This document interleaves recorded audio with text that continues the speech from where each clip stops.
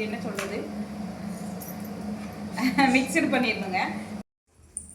வாங்க ஈவினிங் ஸ்நாக்ஸுக்கு இன்றைக்கி ஃபில்லிங்கான ஒரு முட்டைக்கோஸ் ஆம்லேட் எப்படி பண்ணுறதுன்னு பார்க்கலாங்க. ஃபஸ்ட்டு அடுப்பத்தை வச்சு சட்டியை காய வச்சாச்சுங்க.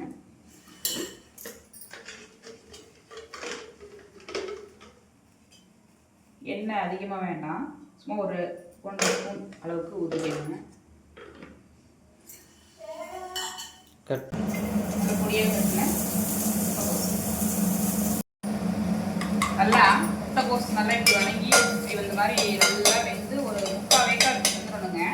அதுக்கப்புறம் முட்டை, சில்லி ஃப்ளேக்ஸ், லைட்டாக உப்பு போட்டு நல்லா பாயில் மிக்சடு பண்ணிவிட்டு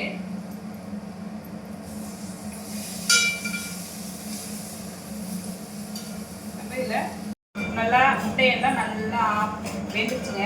திருப்பி போட்டுக்கலாங்க.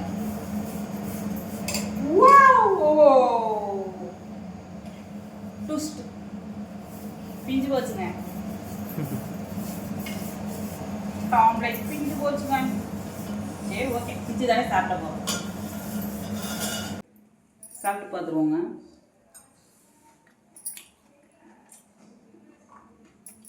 சூப்பர்ங்க.